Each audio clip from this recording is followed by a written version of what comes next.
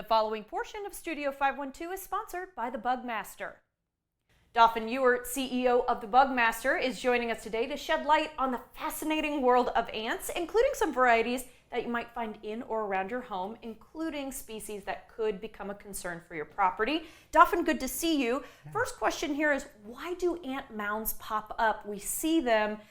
It looks like just an explosion of ants. Yeah, and usually we see them right after the rain. That's what you'll really notice.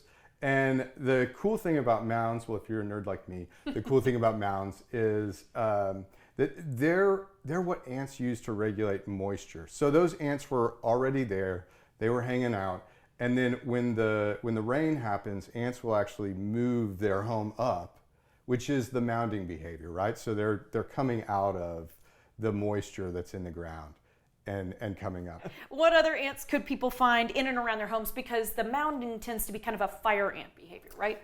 Yeah, so really we see mounds with a couple of different types of ants, but not all ants mound.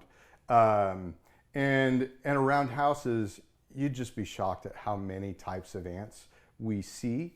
And one of the first things we pay attention to is if we see ants inside a house, they commonly are types of ants like a pharaoh ant, a ghost ant, an odorous house ant, which those all behave a little bit differently, and the way you treat them is a little bit different.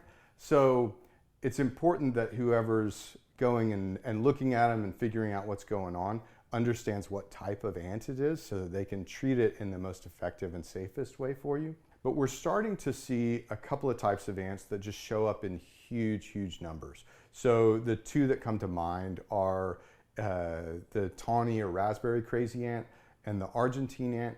Both of those just show up in really large populations. Even for professionals, they're hard to control. And so homeowners, if they're trying to do it, are going to have an incredibly hard job.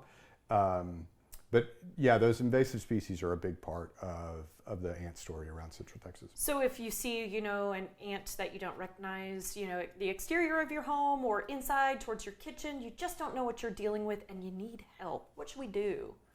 Yeah, so it's always helpful to see pictures, but reaching out and talking to somebody about it and making sure there's an educated professional who's showing up, taking a look at what it is, identifying what it is, and then coming up with the smartest, most effective, and safest solution for you and your family. That sounds good to me. Thank you for your expertise, Dauphin.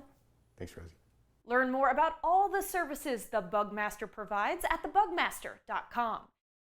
The preceding portion of Studio 512 was sponsored by the Bugmaster.